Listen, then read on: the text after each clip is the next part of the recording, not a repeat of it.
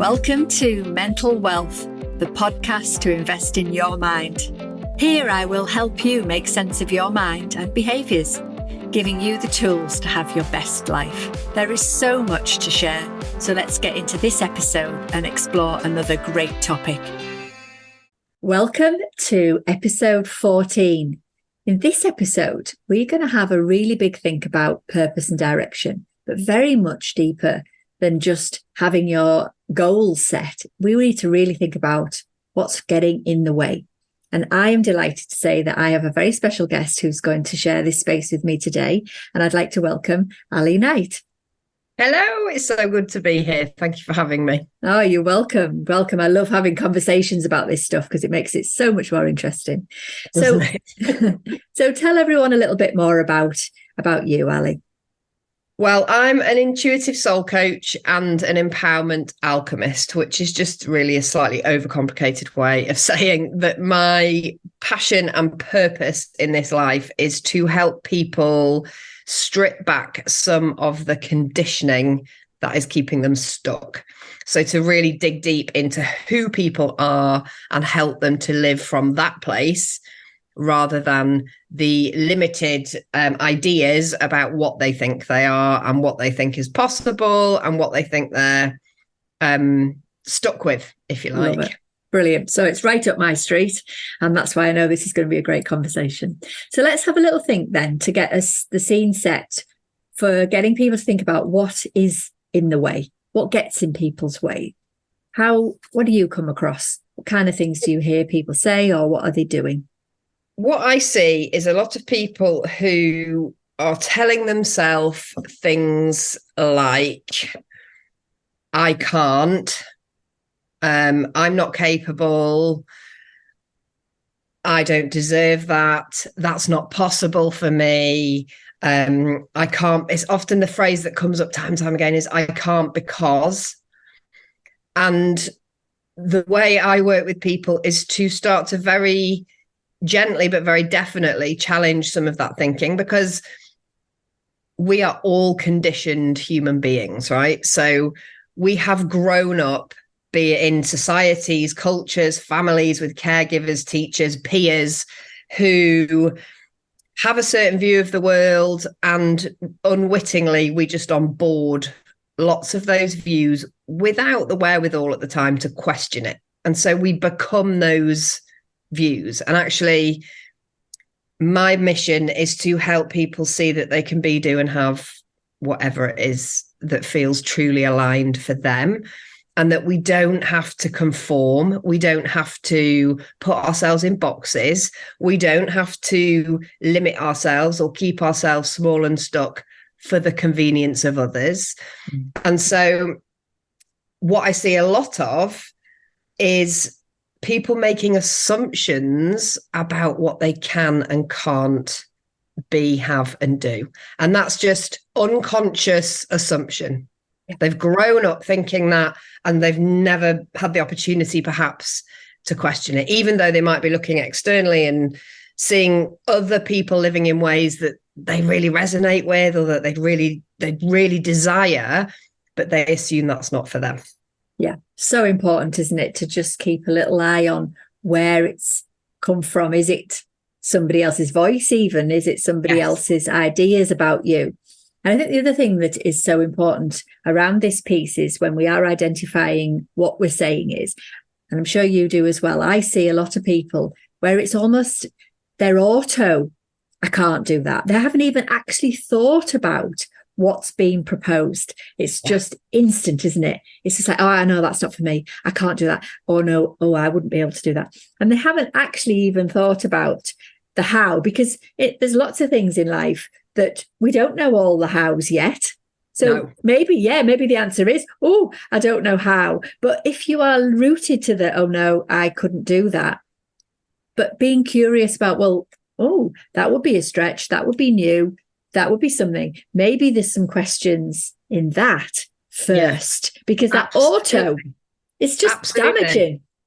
One of my favorite questions is the what if question. Well, what if it all goes well? What if it does work out? What if you can have that? What if you did make a different choice and it all went beautifully? Because we're unfortunately, as a human race, we're primed to assess risk. We're primed to manage threats, and so on. Our natural mind-based response is to go, well, it's safer not to. It's safer not to change. It's safer to stay the same. It's safer to keep.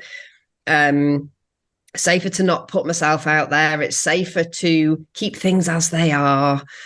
And in fact, we need to flip that question on its head. So We do. What if it all works out? I know. What if I meant to make this change? What if I can be, do, and have all of those things? It's so interesting. In my experience, always comes way after we begin to focus on what it is that we truly desire. That's where we start. The how we're not meant to know yet. The how will unfold before us. Yeah, and that the how is possibly a series of many little things that make up the something, whatever that something might be.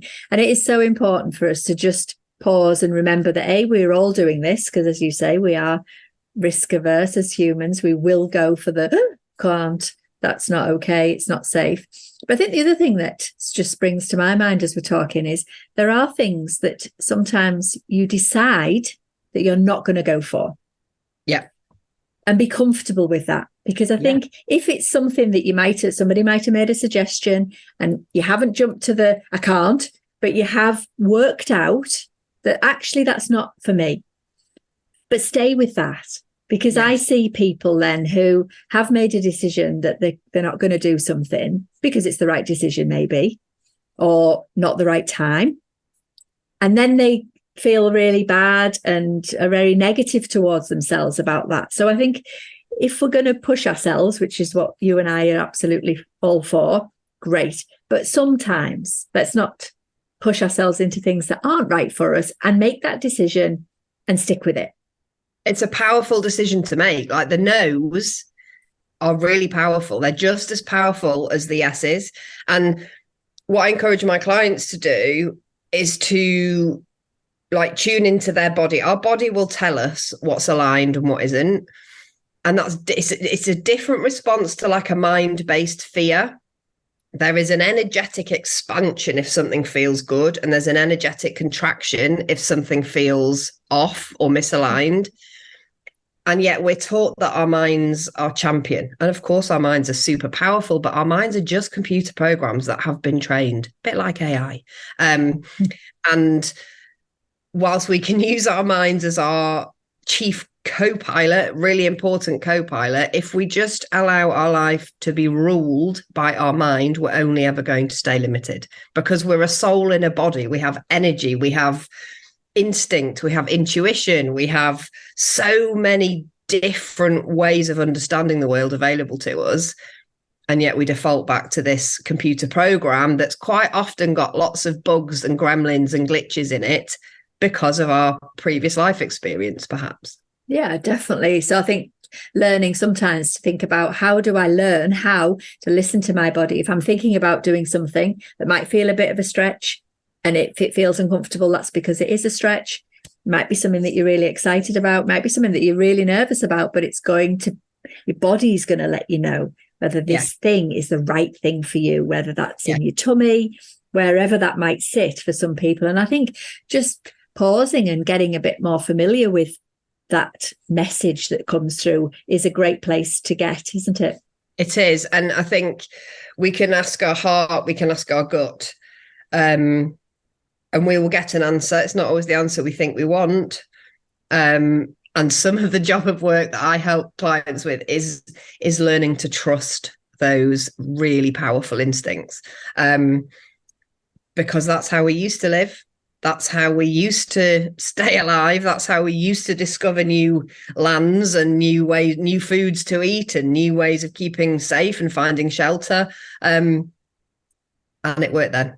There's no reason it can't work now. Yeah, because that piece of kit's still in there, isn't it? It's just that Absolutely. We've evolved into sort of a bit more cognitive thinking, more being able to process things. But actually, that innate desire, and you talked earlier about having that sense of self, like our bodies really and our minds really know what our blueprint is, what we're meant to be doing.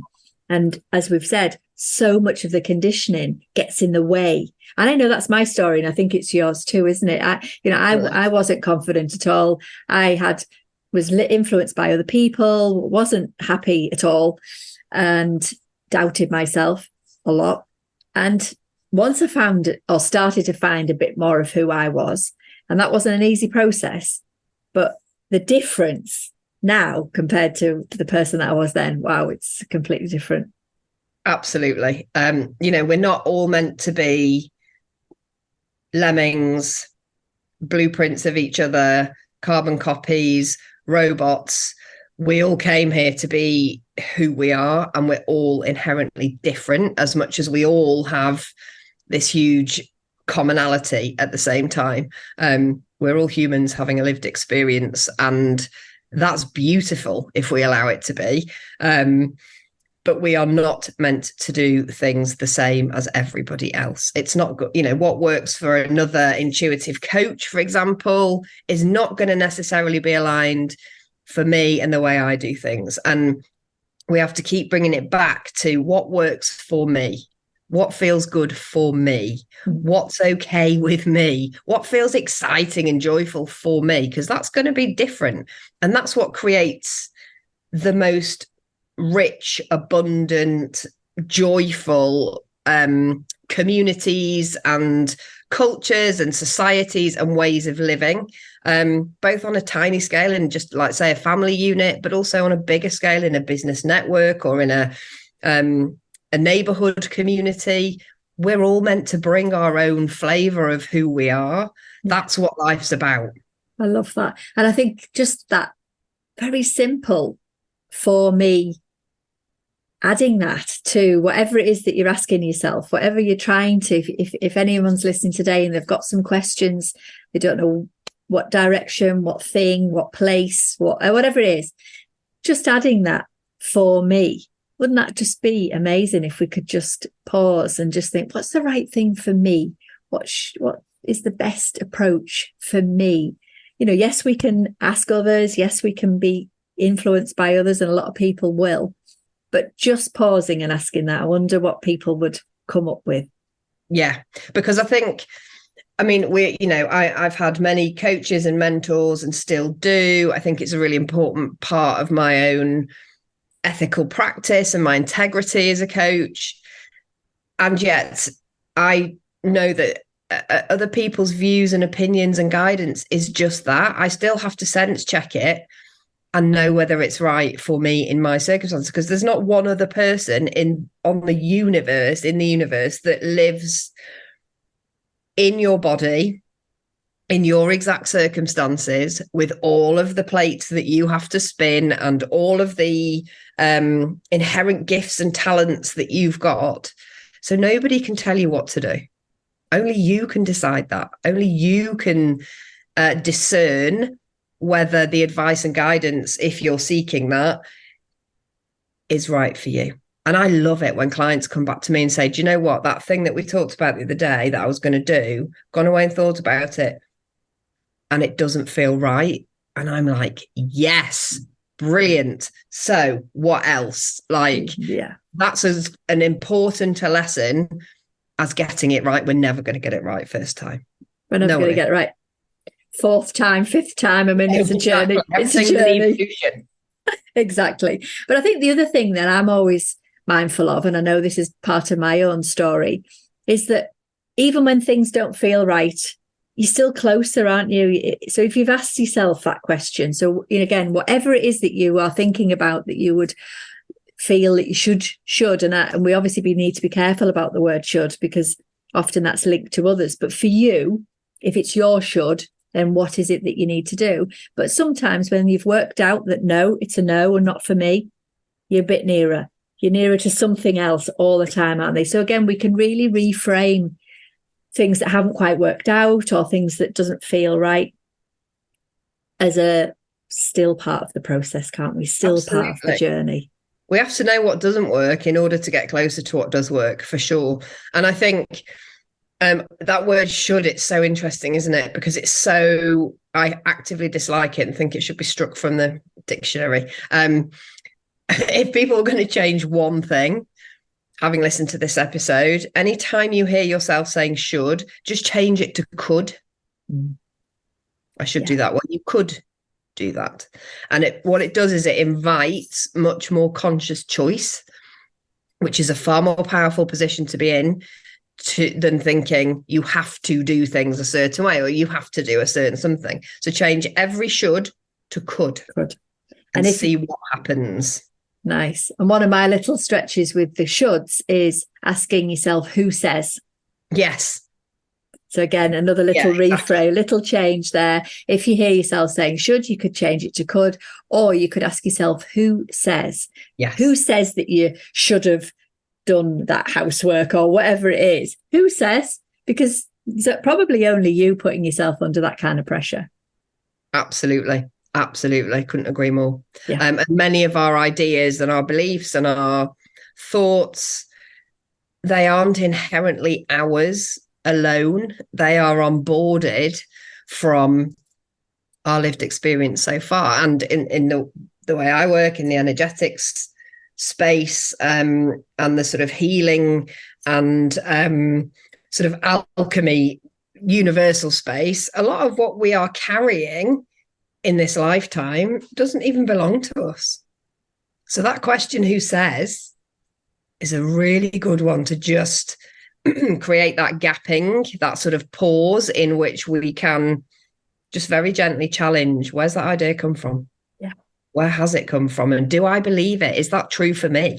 I think that's it, isn't it? It's adding that depth of thought. So you're questioning yourself, you've paused to the should, who says, can hear a voice, a parent's voice, somebody else, like you say, it doesn't even have to be somebody that you know. And then by asking yourself that question, it's then you're bringing it back to yourself. Well, actually, even if that person has said that I should have done that, or they're giving me the impression, I don't want to, or I'm not going to. And then you're bringing it back to self, aren't you? Which means what have we got underneath all these things? We have joy, we have fulfillment, we have heartfelt, good quality feelings, don't we, when we are doing what's right for us? Yes. And we have the thing that I ultimately believe we're all striving for is this kind of concept of inner peace.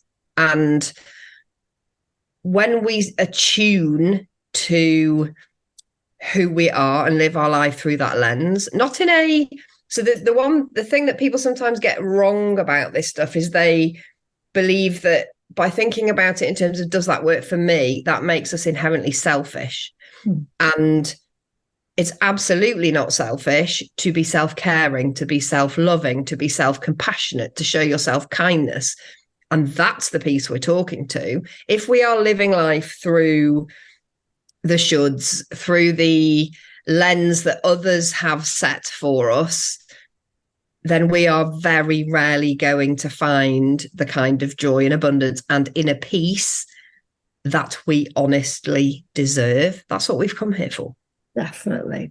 And when you think about how much aggression and conflict it's out there, it's because everybody's trying to do what everyone else thinks they should do or not, and they're not doing self. And it's so important, isn't it? I fully believe that old cliche that, you can't pour from an empty cup. So a lot of the work I do with clients initially, because quite often clients will come to me in a moment of kind of, oh my God, this is absolutely awful. I really need you to tell me what to do. I need your help. And I'm like, I'm not going to tell you what to do because that's not my prerogative. We'll help you decide what you need to do.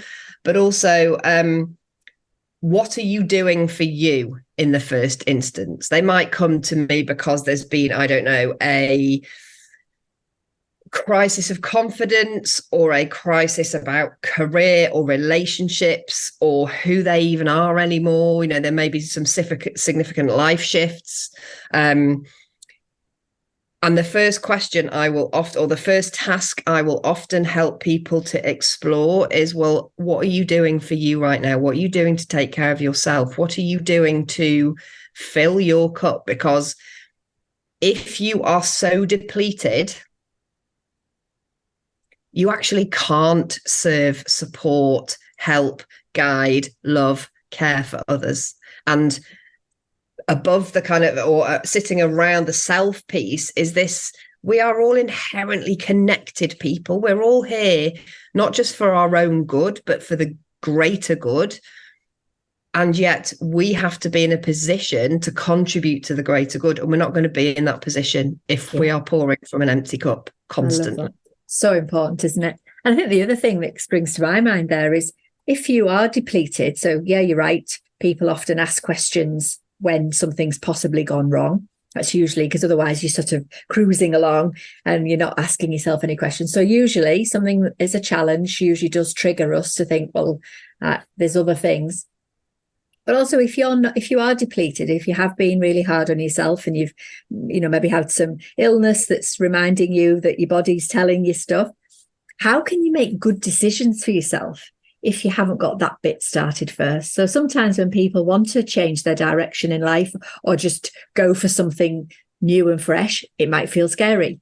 But if you haven't done a lot of that good stuff to start with, and then you start asking yourself that really hard question of what should I do? Where should I do? Where should I live? You're never going to be able to answer those questions, honestly, if you haven't given yourself that time first.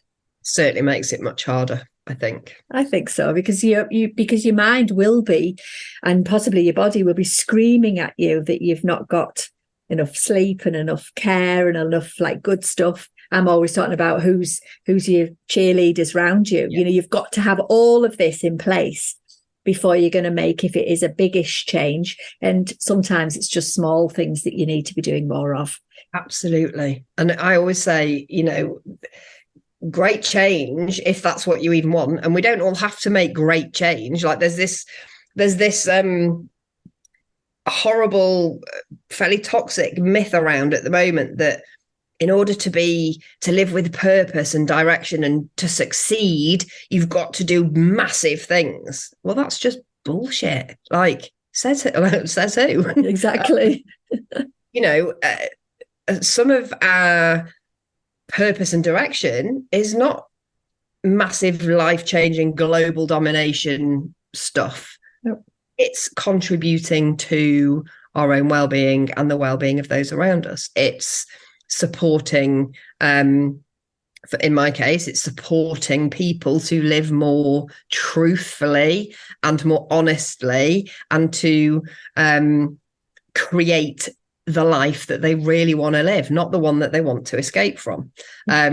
That's contribution, that's purpose, that's direction. And so that can change all the time as well. We don't just have one purpose or one way of moving forward. We're meant to have loads of different ways, loads of different purposes. So I feel it's really important that we strip out some of the kind of the myth and the conditioning around what success is. Success to me is going to look completely different to success for you and to success for all of the people who are listening to this episode. And that's cool. That's definitely. Absolutely cool. That's definitely what makes life rich. So when we're looking at these kind of bigger questions, we have to become radically honest with ourselves. For me this week, I've had a shocking week. There's loads of personal stuff going on in my life. And so for me this week, success has felt like I've done one work thing a day. So for example, today, this is my work thing in inverted commas, even though it didn't feel like work. And that's success. Yesterday afternoon, success for me was lying in my bed, reading my book. That was success. And that's okay. I love that. Okay. We don't need this hustle culture, this struggle paradigm. We're done with that. We don't need to live. We don't need to operate from that place anymore. I agree. And I think being able to bring it right down to that, to each day, what's your purpose? What's your intentions for each day? And then, did you succeed? Yes, I read my book. Yes, I've created a nice podcast that hopefully everyone's enjoying. that's success, as you've just said, but that's your purpose. You're just being content with what you're managing, not doing your shoulds, not beating yourself up, certainly not comparing yourself to others and trying to get lost in that noise that's out there. Yes. Yeah. It's about, for me at the moment, there's a huge piece of work I'm doing around helping people to tune out the external noise and to tune into what's true and beautiful for them. Yeah. I think it's so important. That's where we start. I think, and also just thinking of choosing. I mean, that's why I created this podcast to help people choose to listen to something that's going to give them some nourishment of some kind. And sharing the space with people like you is so important to me. So let's have a little think about a quick summary, see if we can summarize between us what we would say are key points from our conversation today. What stuck out for you? So I would say, I mean, I love working in threes. So first thing to remember is you're not meant to be like anyone else. It's okay to be you. And it's actually really important that you're you.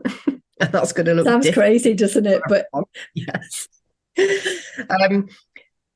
Secondly, reframe the question. So move away from the question of how and tune more into the question of what. So what would feel good? What do I desire? What would feel good for me today? Like, what would feel good for me in 10 years' time? But what would feel good for me today?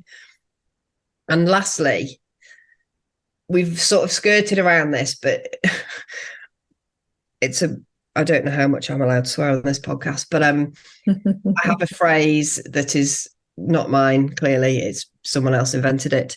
But what anyone else thinks of us is none of our bleep business. It's none of our business what anyone else thinks, because they're just projecting their own worldview.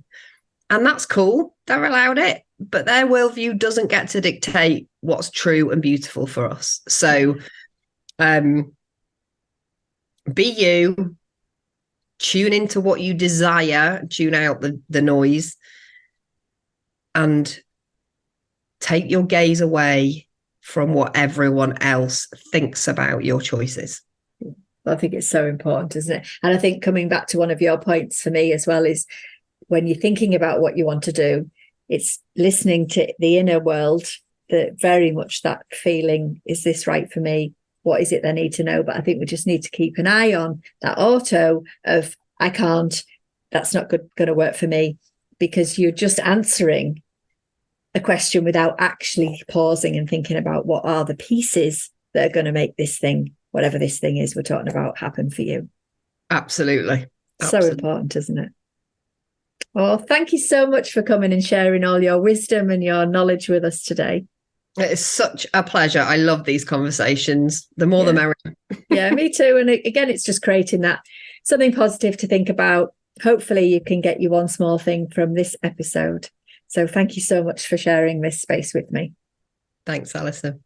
And in next week's episode, we are going to talk a little bit more about some of the modern challenges that get in the way of our progress. And I have got a special guest, Sally Wallace. So I hope you can tune in. Thanks for your ears today. See you next time. Thank you for listening and sharing in this episode of Mental Wealth. Remember, you can subscribe wherever you get your podcast. My last question to you is, what is the one small thing that you can take action on from this episode? Message me on Instagram or through our website with questions you'd like me to explore. You'll find the links in the show notes. I'll be back with more tools and tips to make sense of your mind in the next episode. In the meantime, be kind to yourself. Bye for now.